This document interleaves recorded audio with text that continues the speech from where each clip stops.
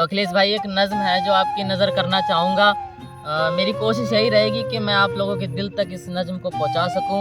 तो गौर फरमाइएगा कि याद है मुझे था वो बरसात का दिन, याद है मुझे था वो बरसात का दिन, कितना डरावना था यार उसकी बारात का दिन। हाय हाय। कि याद है मुझे था वो बरसात का दिन, कितना डरावना था यार उसकी बारात का दिन। उसकी सहनाइयों की गूंज से पूरा मोहल्ला गूंज रहा था, बैंड की आवाज पर बच्चा बच्चा झूम रहा था। ये सब देख मेरी हालत बिगड़ती जा रही थी, मेरी सांसों की रफ्तार भी बढ़ती जा रही थी।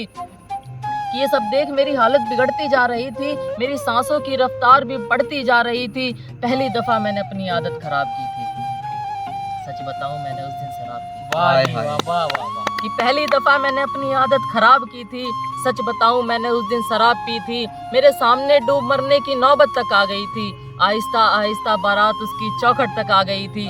वो कैसी है किस हाल में है कोई पैगाम नहीं दे रहा था, वो कैसी है किस हाल में है कोई पैगाम नहीं दे रहा था। मेरा एक एक आंसू अब रुकने का नाम नहीं ले रहा था। फिर उसके बाद कुछ ऐसा हुआ था, फिर उसके बाद कुछ ऐसा हुआ था। हाय हाय। फिर उसके बाद कुछ ऐसा हुआ था, मैं एक कोने में सिमट कर बैठा हुआ था। जख्म पे जख्म मिलते जा रहे थे उसके प्यार में, फिर भी बैठा था मैं उसके आखिरी कॉल के इंतजार में। पर उसे शायद मेरा कोई ख्याल नहीं था, जितना बुरा था उसका हाल नहीं था। कि शायद उसे मेरा कोई ख्याल नहीं था, जितना बुरा मेरा था उसका हाल नहीं था। मेरी मोहब्बत को ये कैसा इनाम दे रही थी वो, मेरी मोहब्बत को आज कैसा अंजाम दे रही थी वो। ऐसे ही मैं न जाने क्या क्या सोचता जा रहा था, अपने हाथों से अपने बालों को नोचता जा रहा था। फिर इस कहानी में एक मोड़ आता है, फिर इस कहानी में एक मोड़ आता है। फिर इस कहानी में एक मोड़ आता है। उसके कमरे से होता हुआ बाहर एक शोर आता है, खुशी की लहर आंसुओं की धार में बदल जाती है, सहनाइयों की गूंज चीख पुकार में बदल जाती है।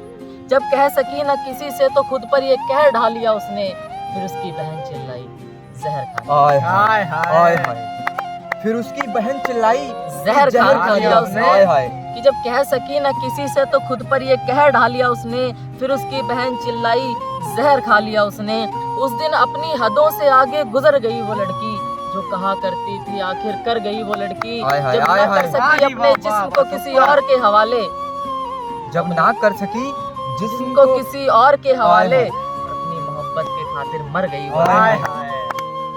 उस दिन अपनी हदों से आगे गुजर गई वो लड़की, जो कहा करती थी आखिर कर गई वो लड़की। कर न सकी अपने जिस्म को किसी और के हवाले, अपनी मोहब्बत के खातिर मर गई वो लड़की। इस सब से एक बात तो साफ हो रही थी, इस सब से एक बात तो साफ हो रही थी, ये शादी उसकी मर्जी के खिलाफ हो रही थी। कि सबसे एक बात तो साफ हो रही थी, ये शादी उसकी मर्जी के खिलाफ हो रही थी। उसके घर के आगे देखने वालों का पहरा छा गया था, ये सब देख मेरी आंखों में अंधेरा छा गया था। चारों तरफ मातम की आहट छा चुकी थी, अब बारात उसकी चौखट से वापस जा चुकी थी। कि चारों तरफ मातम की आहट छा चुकी थी, अब बारात उसकी चौखट से वापस जा चुकी थी। घर वालों की बात मानना जरूरी भी हो सकती थी, घर वालों की बात मानना जरूरी भी हो सकती थी। मेरी तरह उसकी कोई मजबूरी भी हो